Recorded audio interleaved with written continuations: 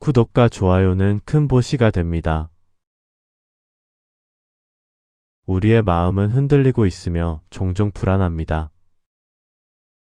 부처님 말씀을 들으며 마음의 파도를 잠재워 보세요. 걱정은 마음이 만들어낸 그림자이다. 불안의 뿌리는 어디인가? 지금 이 순간 그대의 마음속에는 어떤 바람이 불고 있는가? 어쩌면 밤새 잠을 이루지 못한 채 천장만 바라보았을 것이다. 어쩌면 이유도 알 수 없는 두려움이 가슴 한편을 짓누르고 있을 것이다. 걱정과 불안은 마치 이른 아침 안개처럼 온 세상을 뿌옇게 가려버린다. 그 안개 속에서 그대는 길을 잃은 것처럼 느끼고 앞으로 나아가야 할 방향조차 보이지 않는다고 느낄 것이다. 그러나 부처님께서는 말씀하셨다. 모든 걱정은 마음이 만들어낸 그림자이다. 그림자는 실체가 없다. 그림자는 빛이 있고 사물이 있을 때 생겨나지만 그 자체로는 아무것도 아니다. 손으로 잡으려 해도 잡히지 않으며 발로 밟으려 해도 밟히지 않는다. 걱정도 이와 같다. 걱정은 아직 일어나지 않은 일에 대한 마음의 투영이다. 과거에 있었던 일을 반복해서 되새기거나 아직 오지 않은 미래를 앞당겨 두려워하는 것이다. 그 어느 것도 지금 이 순간 그대의 손 안에 있지 않다. 부처님께서 보리수나무 아래 앉아 깨달음을 구하시던 그 밤을 생각해보라. 말하는 온갖 두려움과 불안으로 부처님을 시험하였다. 거대한 군대를 이끌고 와서 위협하였고 욕망과 집착으로 유혹하였으며 의심과 공포로 마음을 흔들려 하였다. 그러나 부처님께서는 흔들리지 않으셨다. 그것은 두려움이 없어서가 아니었다. 두려움의 본질을 꿰뚫어 보셨기 때문이었다. 마라가 쏘아보낼 화살 하나하나가 부처님의 고요한 마음 앞에서 연꽃 꽃잎으로 변하여 떨어졌다고 전해진다. 이것이 바로 마음의 힘이다. 걱정과 불안이 찾아올 때 우리는 흔히 그것을 없애려고만 한다. 마음속에서 몰아내려 하고 억누르려 하고 외면하려 한다. 그러나 부처님의 가르침은 다른 방향을 가리킨다. 있는 그대로 바라보아라. 걱정이 찾아왔을 때 그것을 적으로 삼지 말고 손님으로 맞이하라. 지금 나의 마음속에 걱정이라는 손님이 왔구나. 이렇게 알아차리는 것만으로도 걱정의 힘은 절반으로 줄어든다. 왜냐하면 걱정은 우리가 그것을 알아차리지 못할 때 가장 강해지기 때문이다. 불교 경전인 법구경의 첫 구절은 이렇게 시작된다. 모든 것은 마음이 앞서간다. 마음이 주인이며 마음이 만들어낸다. 만약 더럽혀진 마음으로 말하거나 행동한다면 고통이 그를 따를 것이다. 마치 수레바퀴가 소의 발자국을 따르듯이 이 가르침은 역으로도 적용된다. 깨끗하고 고요한 마음으로 말하고 행동한다면 행복이 그를 따를 것이다. 걱정과 불안도 마찬가지이다. 걱정을 먹이고 키우는 것도 마음이며 걱정을 잠재우는 것도 마음이다. 그대가 지금 느끼는 불안이 아무리 크고 무겁게 느껴지더라도 그것이 그대의 전부가 아님을 알아야 한다. 불안은 그대가 경험하는 것이지 그대 자신이 아니다. 하늘을 생각해보라. 하늘에는 때로 먹구름이 몰려오고 천둥 번개가 치고 폭풍이 몰아치기도 한다. 그러나 그 모든 것은 하늘 안에서 일어나는 일이다. 하늘 자체는 언제나 그 자리에 있으며 어떤 폭풍도 하늘을 파괴하지 못한다. 그대의 마음도 이와 같다. 불안과 걱정은 그대의 마음속에서 일어나는 폭풍이지만 마음 자체의 본래 성품은 맑고 고요하다. 부처님께서는 제자들에게 종종 이런 질문을 던지셨다. 지금 그대가 걱정하는 그 일이 실제로 일어날 것인가? 제자들은 모르겠습니다. 라고 답할 수밖에 없었다. 그러자 부처님께서는 말씀하셨다. 그렇다면 아직 일어나지도 않은 일로 지금 이 순간을 고통스럽게 만들 이유가 있는가? 이것이 걱정의 본질이다. 걱정은 현재가 아닌 미래를 살게 만든다. 그러나 삶은 오직 현재에만 있다. 과거는 이미 지나갔고 미래는 아직 오지 않았다. 지금 이 숨을 쉬는 순간, 이 순간만이 진짜이다. 어느 날 한 나그네가 부처님을 찾아와 말하였다. 세존이시여, 저는 날마다 걱정 속에 삽니다. 내일 먹을 것이 있을지, 병이 들지는 않을지, 가족이 무사할지, 죽음이 언제 찾아올지 두렵습니다. 이 두려움에서 어떻게 벗어날 수 있습니까? 부처님께서는 그 나그네에게 물 한 그릇을 가져오게 하셨다. 그리고 말씀하셨다. 이 물 한 그릇을 한 방울도 흘리지 말고 저 언덕까지 가져갔다 오너라. 나그네는 온정신을 집중하여 물 한 방울도 흘리지 않고 언덕을 다녀왔다. 부처님께서 물으셨다. 언덕을 오가는 동안 무슨 생각을 하였느냐? 나그네는 답하였다. 오직 이 물그릇만 생각하였습니다. 부처님께서는 미소 지으셨다. 바로 그것이다. 오직 지금 이 순간의 일에 온전히 있을 때 걱정은 들어올 자리가 없다. 걱정의 뿌리는 집착이다. 우리는 좋은 것은 영원히 내 곁에 있기를 바라고 나쁜 것은 영원히 사라지기를 바란다. 그러나 세상의 모든 것은 변한다. 이것이 부처님께서 가르치신 무상의 진리이다. 꽃이 피면 반드시 지고 봄이 오면 가을이 온다. 젊음은 늙음으로, 건강은 병으로, 만남은 이별로 이어진다. 이것을 거부하고 싸울 때 고통이 생기며 이것을 받아들일 때 평화가 온다. 걱정은 변하는 것을 변하지 않게 하려는 마음의 저항이다. 부처님 당시 키사고탐이라는 여인이 있었다. 그녀는 어린 아들을 잃고 미칠 듯한 슬픔과 두려움에 빠졌다. 죽은 아들을 품에 안고 거리를 떠돌다 부처님을 찾아와 말하였다. 제 아이를 살려주십시오. 부처님께서는 그녀에게 말씀하셨다. 한 번도 죽음이 찾아오지 않은 집에서 겨자씨 하나를 가져오너라. 그러면 그 내 아이를 살려주리라. 그녀는 마을마다 돌아다니며 겨자씨를 구하려 하였다. 그러나 죽음이 찾아오지 않은 집은 단 한 곳도 없었다. 마침내 그녀는 깨달았다. 죽음과 상실과 고통은 자신만의 것이 아니라 모든 인간이 함께 짊어지는 것임을. 그 깨달음 속에서 그녀의 슬픔은 지혜로 변하였다. 그대의 걱정도 이와 같다. 그대만 걱정하는 것이 아니다. 지금 이 순간에도 수많은 사람들이 그대와 같은 두려움을 느끼며 살아가고 있다. 사랑하는 이를 잃을까봐, 일이 잘못될까봐, 건강이 나빠질까봐 두려워하고 있다. 이 공통된 인간의 취약함을 인식하는 것, 그것이 자비의 시작이다. 자신에게도 타인에게도 자비로울 때 걱정의 날카로운 이빨은 무뎌진다. 부처님께서는 또 이렇게 말씀하셨다.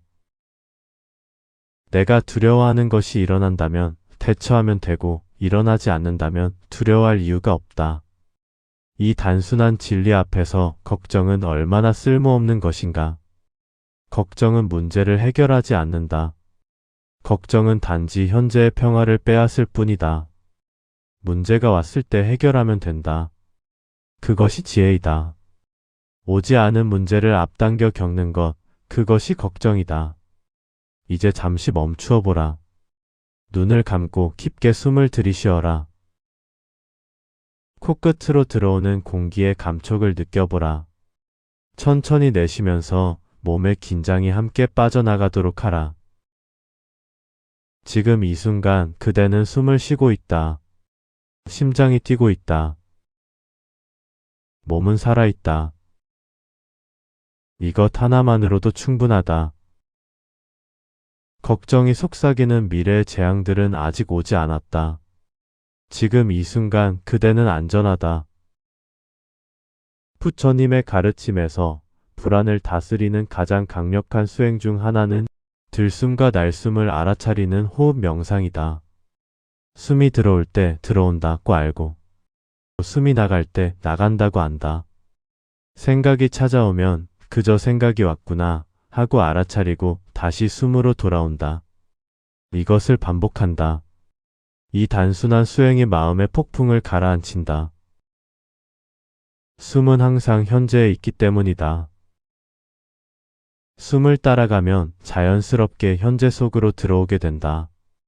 걱정이 찾아올 때 부처님의 이 말씀을 기억하라. 이것도 지나간다. 어떤 폭풍도 영원히 계속되지 않는다. 어떤 밤도 새벽을 이기지 못한다. 걱정도 두려움도 불안도 영원하지 않다. 그것들은 구름처럼 왔다가 간다. 그대의 마음이라는 하늘은 언제나 그 자리에 있다. 구름이 지나간 자리에 드러나는 맑고 푸른 하늘처럼 걱정이 지나간 자리에 드러나는 것은 본래의 고요하고 밝은 마음이다. 이 첫 번째 챕터를 마치며 그대에게 한 가지 작은 수행을 권한다. 오늘 하루 동안 걱정이 찾아올 때마다 이렇게 말해보라. 아, 지금 걱정이 왔구나. 그리고 그것을 억지로 몰아내려 하지 말고 그저 바라보라.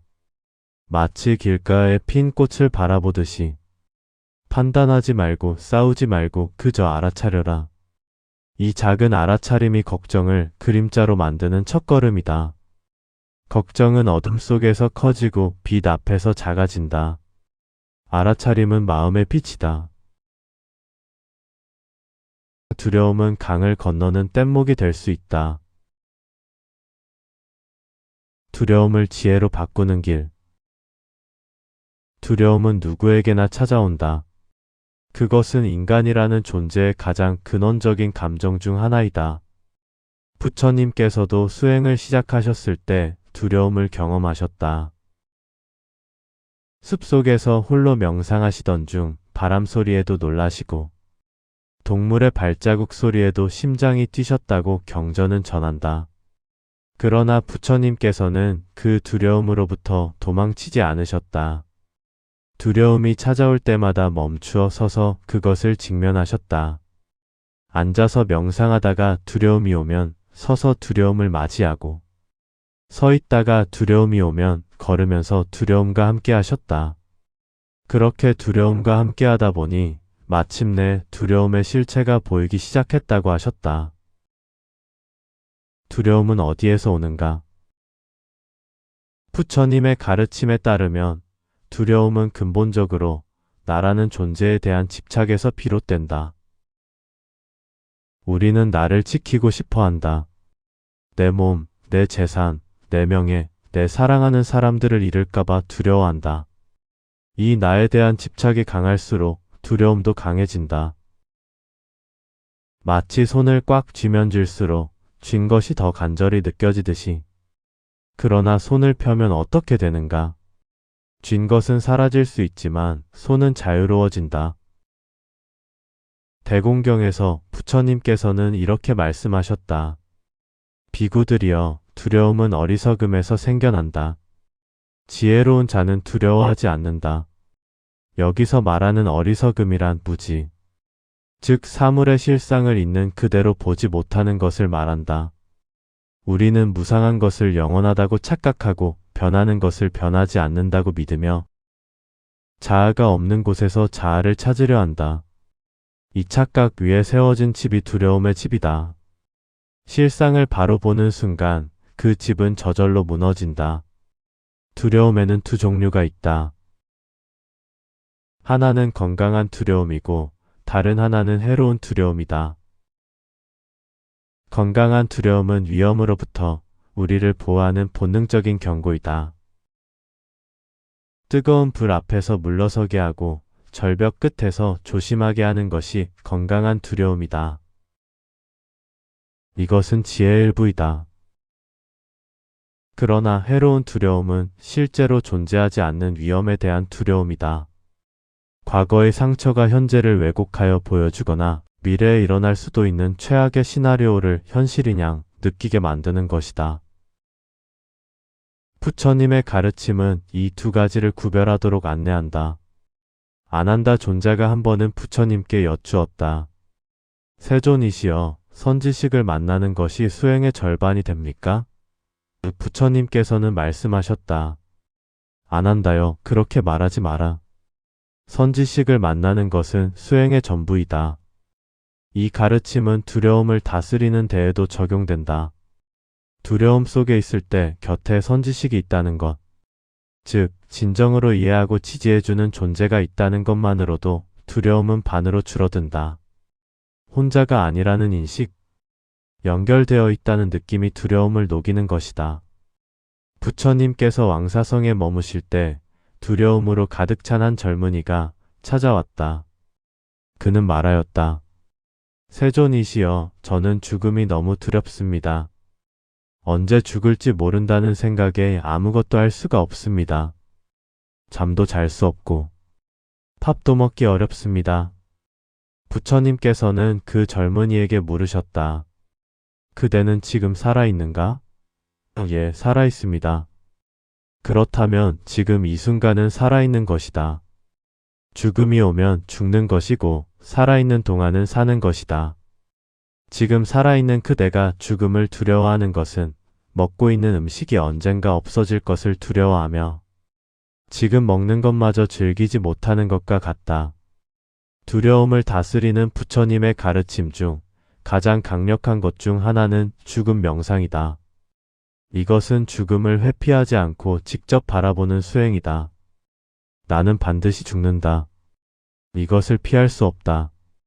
오늘 죽을 수도 있다.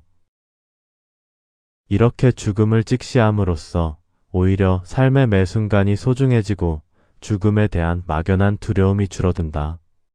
두려움은 외면할 때 커지고 직시할 때 작아진다. 마치 빛을 피해 도망다니는 사람이 있다면 어떻겠는가? 그는 항상 어둠 속에 있을 것이다. 그러나 빛을 향해 걸어간다면 그의 앞은 밝아지고 그림자는 등 뒤로 물러선다.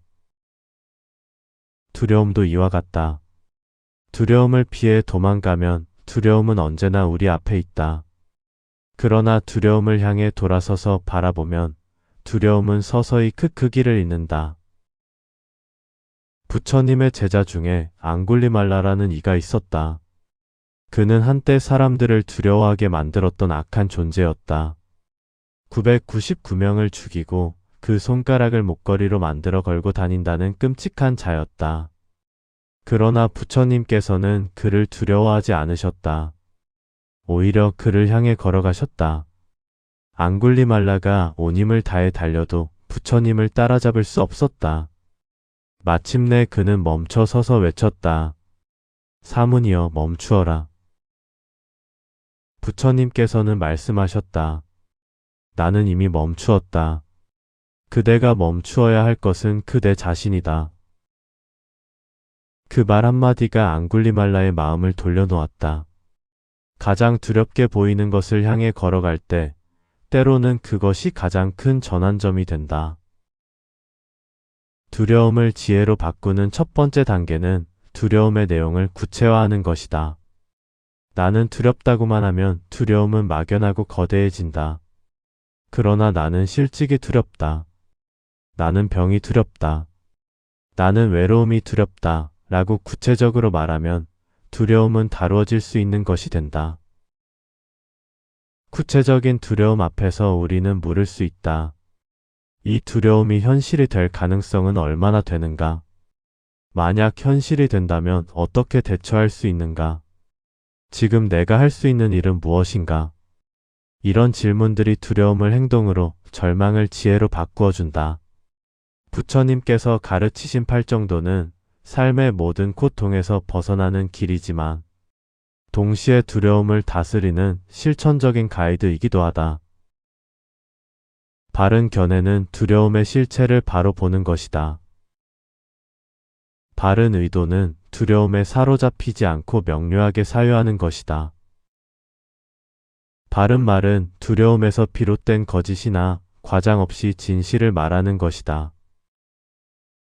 바른 행동은 두려움에서 비롯된 해로운 행동을 하지 않는 것이다. 바른 생계는 두려움 때문에 잘못된 방법으로 살지 않는 것이다. 바른 노력은 두려움을 알아차리고 건강한 마음을 키우는 것이다.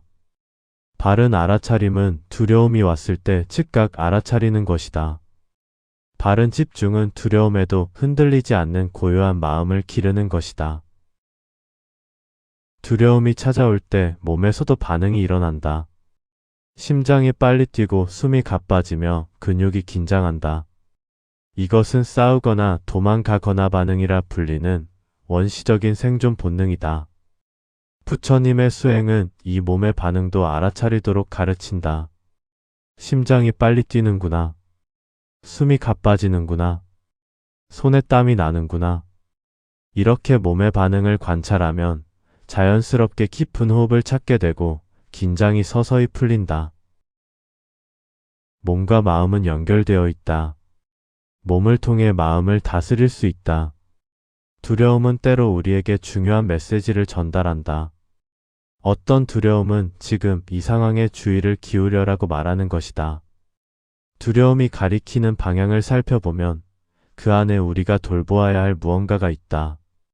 건강에 대한 두려움은 건강을 챙기라는 신호일 수 있다.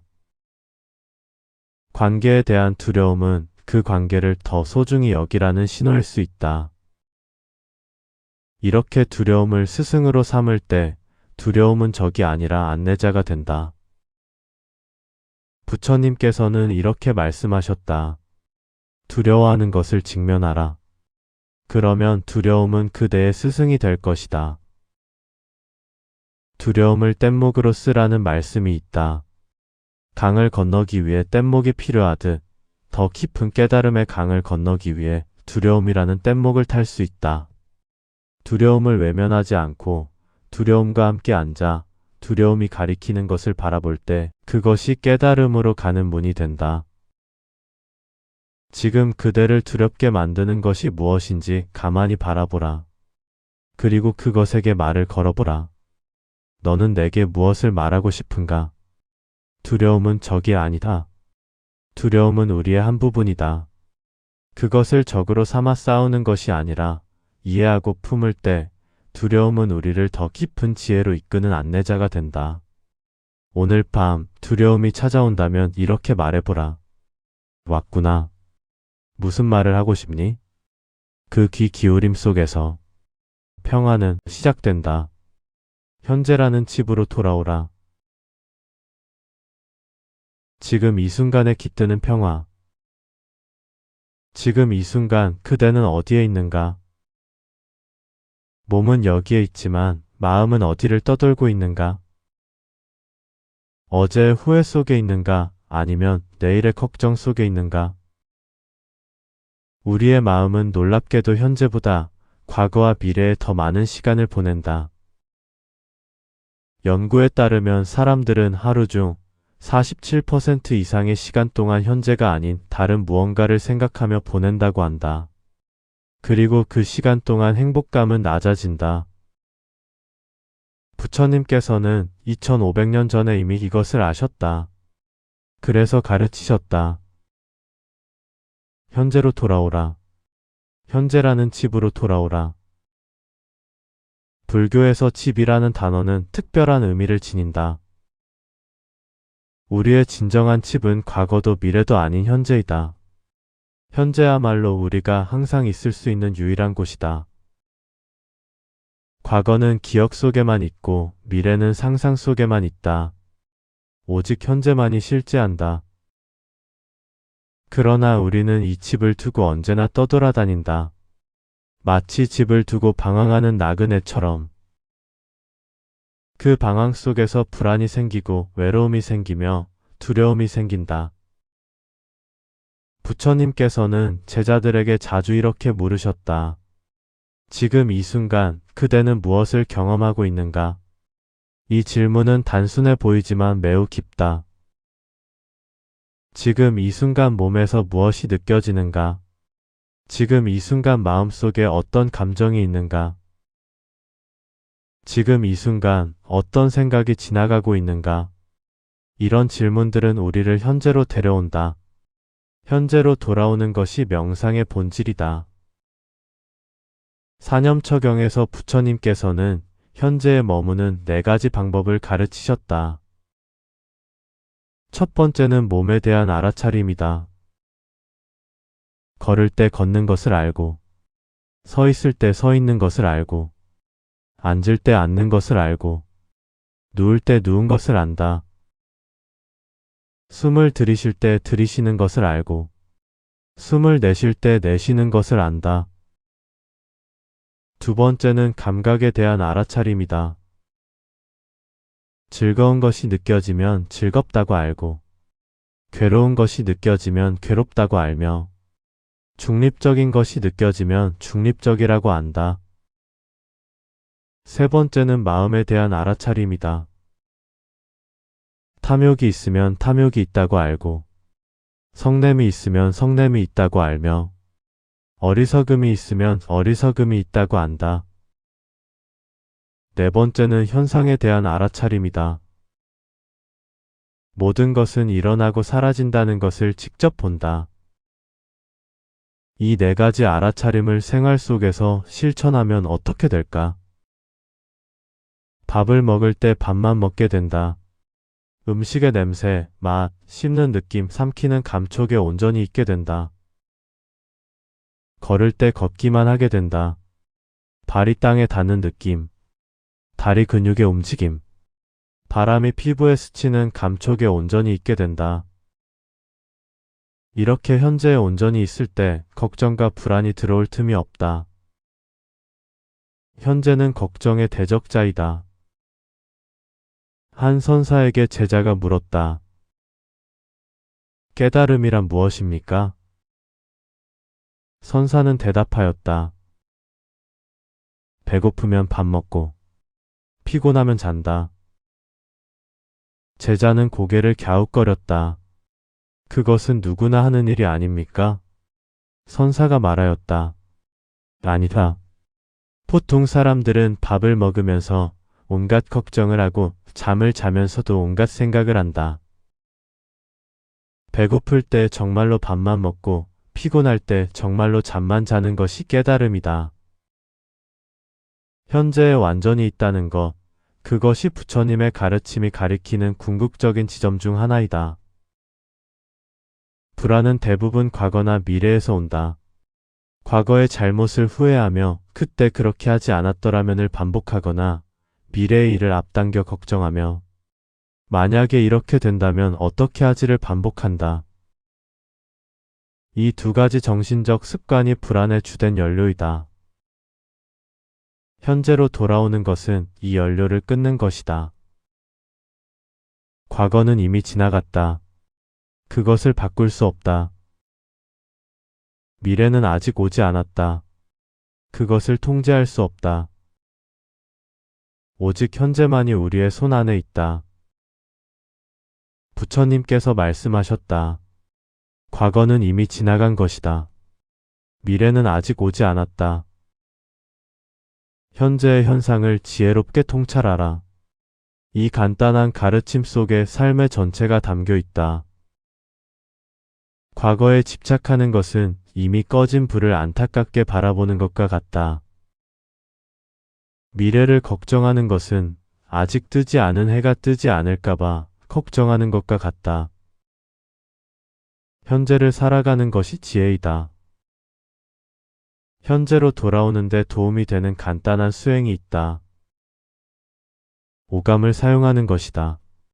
지금 이 순간 귀에 들리는 소리를 들어보라.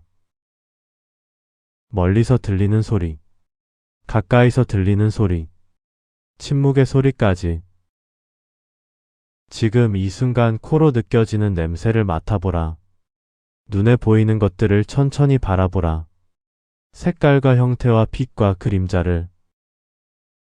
피부로 느껴지는 것을 느껴보라. 옷이 몸에 닿는 느낌, 공기의 온도, 의자나 바닥이 받쳐주는 느낌을, 혀끝의 맛을 느껴보라. 이렇게 5가지 감각을 통해 현재를 경험하면 마음은 자연스럽게 지금 이 순간으로 돌아온다. 티베트 불교의 스승들은 종종 이렇게 말한다. 마음은 하늘이고 생각은 구름이다. 구름이 아무리 많아도 하늘은 하늘이다. 구름이 하늘을 덮어버렸다고 느낄 때도 구름 위로 올라가면 맑은 하늘이 있다. 명상이란 구름 위로 올라가는 것과 같다. 생각과 감정의 소용돌이 속에서 그것을 바라보는 고요한 관찰자의 자리로 돌아가는 것이다. 그 자리가 현재이다. 그 자리에 서면 생각이 없어지는 것이 아니라 생각이 그저 생각임을 알게 된다. 어느 봄날 부처님께서 제자들과 함께 숲속을 걷고 계셨다. 한 제자가 꽃을 보며 말하였다. 세존이시여, 저 꽃이 얼마나 아름답습니까? 그런데 내일이면 질 것을 생각하니 슬픕니다. 부처님께서는 조용히 말씀하셨다. 지금 이 순간 꽃은 피어 있다. 내일을 생각하지 말고 지금 이 꽃의 아름다움을 있는 그대로 즐겨라. 꽃이 지는 것을 슬퍼하는 마음이 꽃의 아름다움을 가리고 있다. 이것이 현재를 사는 것이다. 지금 이 꽃이 아름답다는 것을 있는 그대로 받아들이는 것. 불안한 마음이 찾아올 때 많은 사람들은 생각으로 생각을 막으려 한다. 걱정하지 말자, 걱정하지 말자고 반복한다.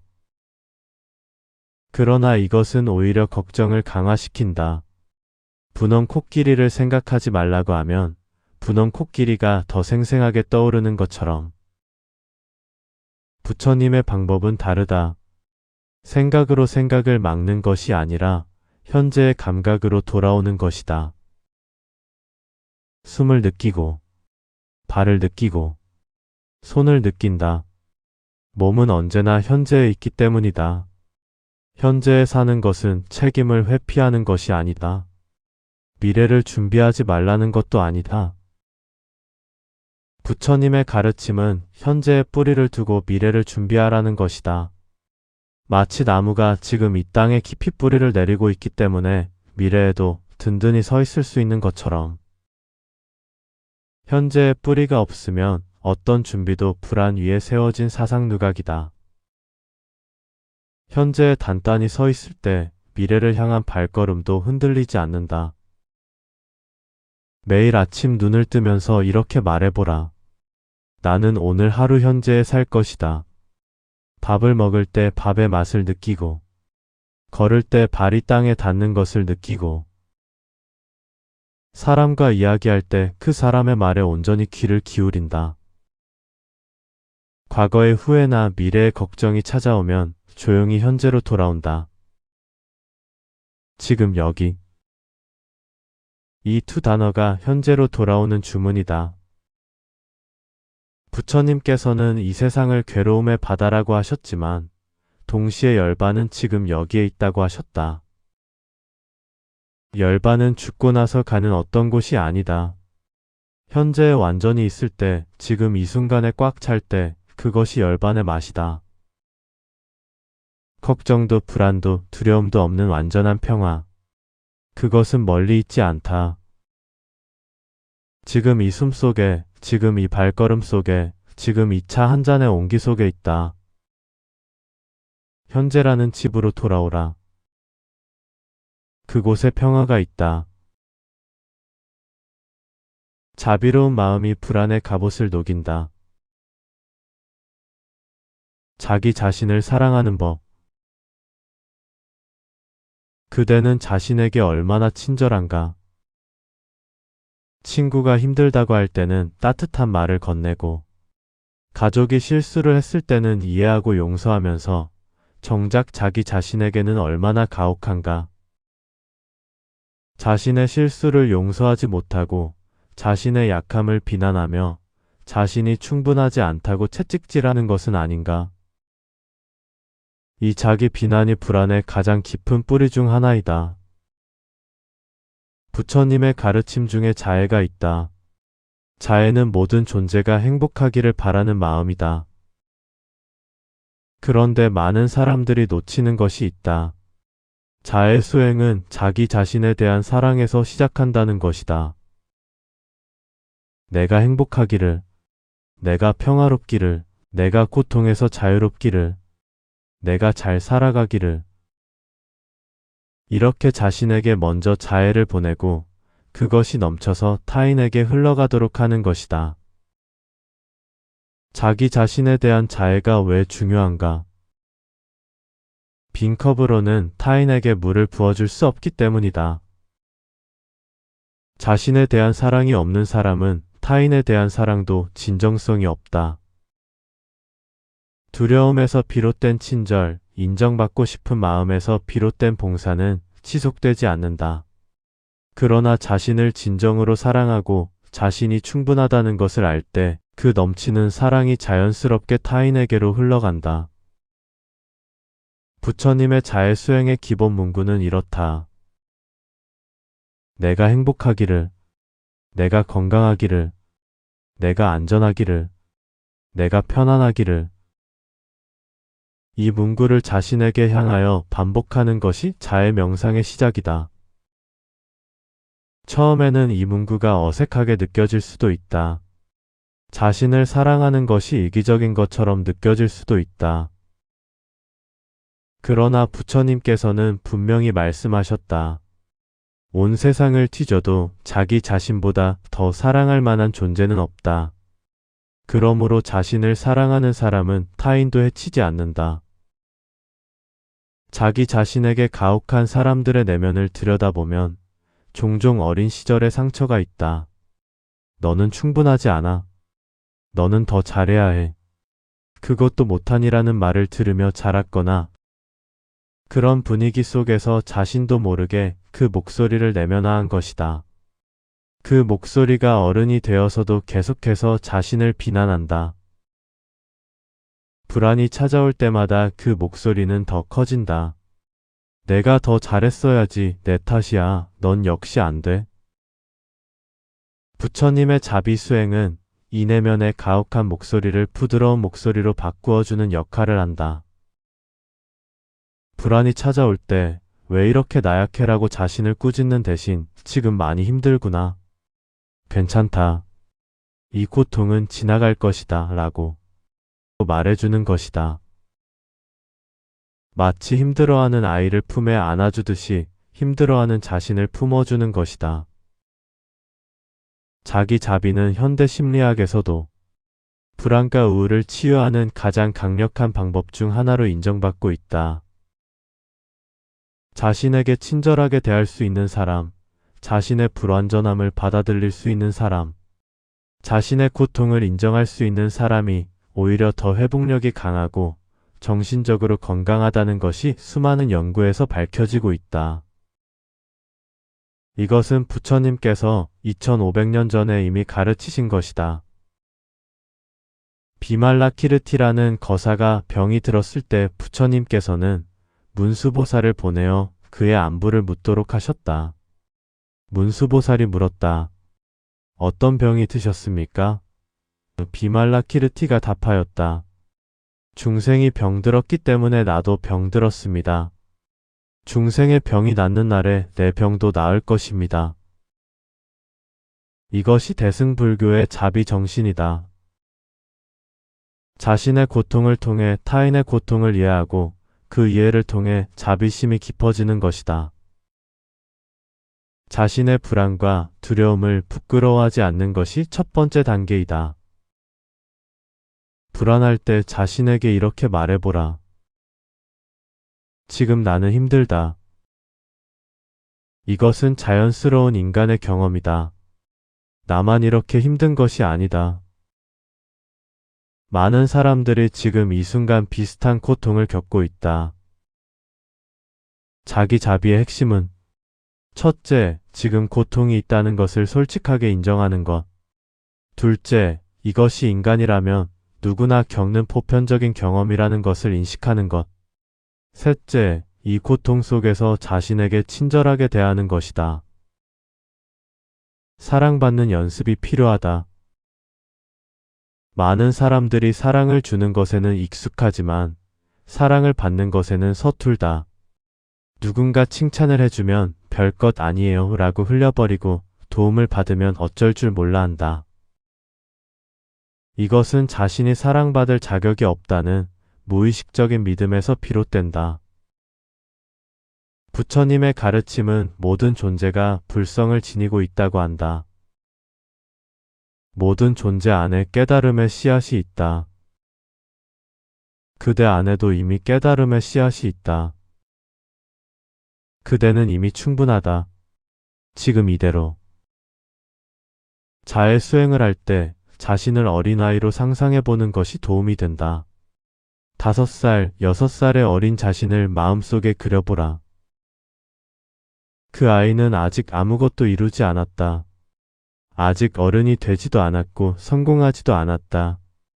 그 아이는 그냥 그 자체로 사랑스럽지 않은가? 지금의 그대도 그 아이의 연장이다.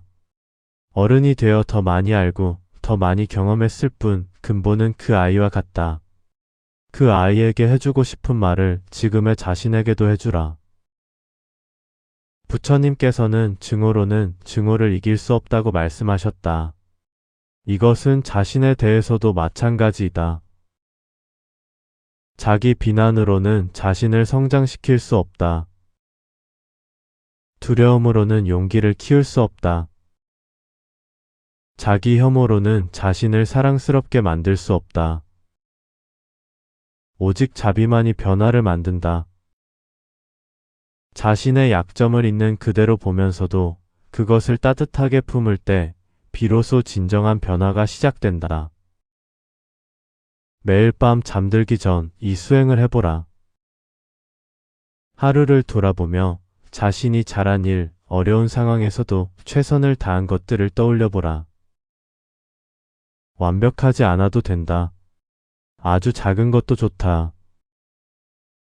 오늘 낯선 사람에게 미소를 지었다면, 힘든 상황에서도 포기하지 않았다면, 실수를 했지만, 다시 일어났다면 그것으로 충분하다. 그리고 자신에게 말해주라. 오늘 하루도 수고했다. 잘 살았다. 불안은 종종 나는 충분하지 않다는 느낌에서 비롯된다. 더 잘해야 한다. 더 가져야 한다. 더 되어야 한다는 끊임없는 압박이 불안을 키운다. 부처님의 가르침은 이 반대 방향을 가리킨다. 지금 이대로 충분하다. 물론 성장하고 배우고 발전하는 것은 좋다. 그러나 그 출발점은 지금은 부족하다가 아니라 지금도 충분하지만 더 성장하고 싶다이어야 한다. 전자는 두려움에서 비롯된 성장이고 후자는 사랑에서 비롯된 성장이다. 자비로운 마음은 불안의 갑옷을 녹인다. 불안은 딱딱한 껍질과 같다. 자신을 보호하려는 마음이 만들어낸 껍질이다. 그러나 이 껍질이 너무 두꺼워지면 오히려 자신을 가두어 버린다. 자비는 이 껍질을 부드럽게 녹이는 따뜻한 햇살이다. 자신에게 친절할 때 세상도 조금 더 친절하게 느껴진다. 자신을 용서할 때 세상도 조금 더 용서받을 수 있는 꽃처럼 느껴진다. 자신을 사랑할 때 세상도 조금 더 사랑스럽게 보인다. 고요한 마음이 모든 폭풍을 지난다. 흔들리지 않는 내면의 평화를 찾아. 모든 이야기는 결국 하나의 진실로 돌아온다. 어떤 폭풍도 영원하지 않다는 것이다. 지금 그대를 괴롭히는 걱정, 불안, 두려움, 그 모든 것들은 반드시 지나간다. 이것은 위로의 말이 아니라 우주의 법칙이다. 무상의 법칙. 모든 것은 변한다. 고통도 변하고, 기쁨도 변하고, 불안도 변한다. 변하지 않는 것은 없다. 그리고 이 변함 속에서도 변하지 않는 것이 하나 있다. 그것을 목격하는 의식, 알아차리는 마음, 바라보는 눈이다. 부처님께서 깨달음을 이루신 후 처음으로 제자들에게 법을 설하셨다. 이것을 초전법륜이라고 한다. 그때 부처님께서 가르치신 것이 사성제, 고진멸도, 즉 네 가지 거룩한 진리이다. 첫 번째 진리, 고. 삶에는 고통이 있다. 두 번째 진리, 집. 고통에는 원인이 있다. 세 번째 진리, 멸. 고통의 소멸이 가능하다. 네 번째 진리, 도. 고통에서 벗어나는 길이 있다. 이 네 가지 진리는 불안을 다스리는 완벽한 로드맵이다. 첫 번째 진리를 받아들이는 것이 첫 걸음이다. 삶에는 고통이 있다. 이것을 부정하지 않는 것이다. 불안이 나쁜 것이 아니다. 두려움이 약한 것이 아니다. 그것들은 그저 삶의 일부이다. 완벽하게 행복하고 두려움 없는 삶은 없다. 이것을 받아들일 때 오히려 고통은 줄어든다. 왜 나만 이렇게 힘들까? 왜 나에게 이런 일이 생길까라는 질문은 두 번째 화살이다. 첫 번째 화살은 어쩔 수 없이 맞았지만 두 번째 화살은 자신이 스스로에게 쏘는 것이다. 어느 날 밭에서 일하는 농부 순다리카 바라드바자가 부처님을 보고 음식을 드리지 않으려 하며 말하였다. 사문이여, 나는 농사를 짓고 씨를 뿌려 먹을 것을 얻는다. 그대도 농사를 짓고 씨를 뿌리고 나서 먹어라. 부처님께서는 대답하셨다. 나도 씨를 뿌리고 농사를 짓는다. 믿음이 씨앗이고 수행이 비며 지혜가 멍에와 쟁기이다. 양심이 끌채이며 마음이 곱비이고 알아차림이 괭이와 채찍이다. 몸을 단속하고 말을 단속하며 음식의 양을 적절히 한다. 진실이 잡초를 뽑는 것이고 부드러움이 소를 쉬게 한다. 노력이 짐을 짊어진 소이며 열반으로 이르게 하는 것이 쟁기질이다. 이처럼 삶의 모든 것이 수행이 될 수 있다. 고요한 마음은 어떤 것인가? 그것은 아무 감정도 없는 무감각한 상태가 아니다. 기쁨도 느끼고 슬픔도 느끼고 때로는 분노도 느끼고 두려움도 느끼지만 그 감정들에 완전히 휩쓸리지 않는 상태이다. 마치 깊은 바다와 같다. 바다의 표면에는 파도가 친다. 폭풍이 오면 거센 파도가 일어난다. 그러나 바다의 깊은 곳은 언제나 고요하다. 폭풍이 아무리 강해도 바다의 깊은 곳에까지는 미치지 못한다. 고요한 마음이란 이 깊은 바다 같은 내면이다. 팔리어로 우페카라고 불리는 평정심은 불교 수행의 네 가지 무량심 중 하나이다. 자애, 연민, 기쁨, 그리고 평정심. 평정심은 그 어떤 상황에서도 흔들리지 않는 고요한 균형 상태이다. 이것은 무관심이 아니다. 깊이 관심을 가지지만 집착하지 않는 것이다. 기쁜 일에 기뻐하지만 기쁨에 집착하지 않고 슬픈 일에 슬퍼하지만 슬픔에 빠져들지 않는 것이다. 부처님의 제자 중 가장 지혜로운 이 중 하나였던 사리푸타는 한 번은 제자들에게 이렇게 말하였다. 벗들이여, 나는 마치 땅과 같다. 땅 위에는 깨끗한 것도 버려지고 더러운 것도 버려진다. 금도 놓이고 흙도 놓인다. 그러나 땅은 그것들에 의해 기뻐하거나 혐오하지 않는다. 이것이 평정심이다. 칭찬을 받아도 우쭐하지 않고 비난을 받아도 무너지지 않는 것. 좋은 일이 생겨도 집착하지 않고 나쁜 일이 생겨도 절망하지 않는 것. 불안은 종종 통제에 대한 욕구와 관련이 있다. 우리는 모든 것을 통제하고 싶어 한다. 어떤 일이 어떻게 될지, 사람들이 나를 어떻게 볼지, 미래가 어떻게 펼쳐질지를 통제하고 싶어 한다. 그러나 통제할 수 없는 것들이 너무나 많다. 날씨를 통제할 수 없듯이 타인의 마음을 통제할 수 없고 세상의 흐름을 통제할 수 없다. 이 통제할 수 없음이 불안을 만든다. 부처님의 가르침은 통제할 수 있는 것과 통제할 수 없는 것을 명확히 구별하도록 안내한다. 내가 통제할 수 있는 것은 오직 나의 마음, 나의 반응, 나의 선택이다. 고요한 마음을 기르는데 매우 효과적인 수행이 있다. 바로 감사 수행이다. 매일 잠들기 전 오늘 하루 감사한 것들을 떠올려 보라. 아무리 힘든 날이었어도 감사할 것은 반드시 있다. 오늘 숨을 쉴 수 있었음에, 물을 마실 수 있었음에, 누군가의 미소를 볼 수 있었음에 감사할 수 있다.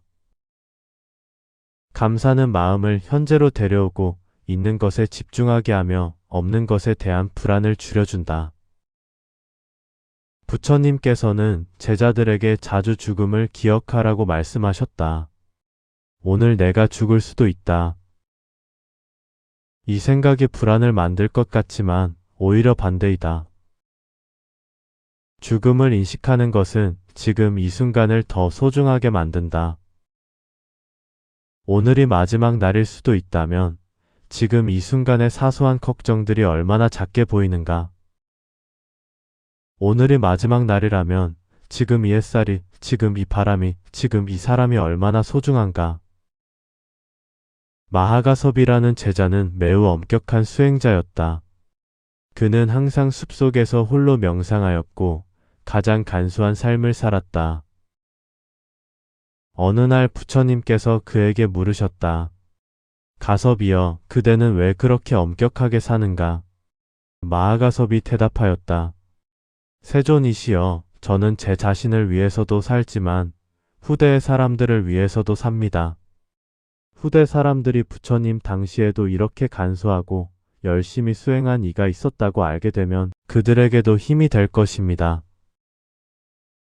이것이 고요한 마음의 또 다른 측면이다. 자신을 위해서만이 아니라 타인을 위해서도 고요한 마음을 기르는 것. 이제 마지막으로 모든 것을 하나로 모아보자. 걱정이 찾아오면 알아차려라. 두려움이 찾아오면 직면하라. 불안이 찾아오면 현재로 돌아오라. 자신을 비난하는 목소리가 들리면 자비를 보내라. 폭풍이 몰아치면 깊은 바다처럼 고요히 있어라. 이 5가지 가르침이 이 내용의 핵심이다. 그리고 이 모든 것의 바탕에는 하나의 진리가 있다. 지금 이 순간 그대는 충분히 충분하다는 것. 부처님의 마지막 가르침이 담겼다고 전해지는 대반열반경에는 이런 말씀이 있다. 비구들이여, 이제 그대들에게 말한다. 형성된 것들은 모두 무상하다. 방일하지 말고 정진하라. 방일하지 말라는 것은 현재에 깨어있으라는 것이다. 정진하라는 것은 게으르지 말고 수행하라는 것이다. 이 2가지 깨어있음과 정진함. 이것이 바로 불안과 두려움을 이기는 부처님의 마지막 처방이다. 그대에게 지금 폭풍이 몰아치고 있는가? 그 폭풍은 반드시 지나간다. 지금 밤이 깊은가? 새벽은 반드시 온다. 지금 길을 잃은 것처럼 느껴지는가? 그대 안에는 이미 집으로 돌아오는 길이 있다. 그 길은 멀리 있지 않다. 지금 이 숨 속에 있고, 지금 이 발걸음 속에 있으며, 지금 이 순간의 고요한 알아차림 속에 있다. 이 이야기들을 듣는 그대에게 부처님의 자해 수행으로 마무리하고 싶다. 눈을 감고 천천히 따라해보라. 내가 행복하기를, 내가 평화롭기를, 내가 고통에서 자유롭기를, 내가 잘 살아가기를. 이제 그 마음을 바깥으로 넓혀보라. 사랑하는 사람들이 행복하기를, 평화롭기를, 고통에서 자유롭기를, 잘 살아가기를. 더 넓혀보라. 모든 존재가 행복하기를, 평화롭기를, 고통에서 자유롭기를, 잘 살아가기를. 이 자애의 마음이 그대의 불안을 녹이고 두려움을 녹이며 걱정을 녹인다. 고요한 마음이 모든 폭풍을 지나듯이 부처님께서 가르치신 길은 좁은 길이 아니다. 그것은 모든 존재가 걸을 수 있는 넓은 길이다. 완벽해야만 걸을 수 있는 길이 아니라 불완전하고 두렵고 걱정 많은 우리 모두가 걸을 수 있는 길이다. 한 걸음씩, 한 호흡씩, 한순간씩. 그대가 지금 이 길 위에 있다는 것만으로도 충분하다. 걷다가 넘어지면 다시 일어나면 된다. 길을 잃으면 다시 찾으면 된다. 지금 이 순간으로 현재라는 칩으로 고요한 마음으로 언제든 돌아올 수 있다. 그 문은 항상 열려 있다.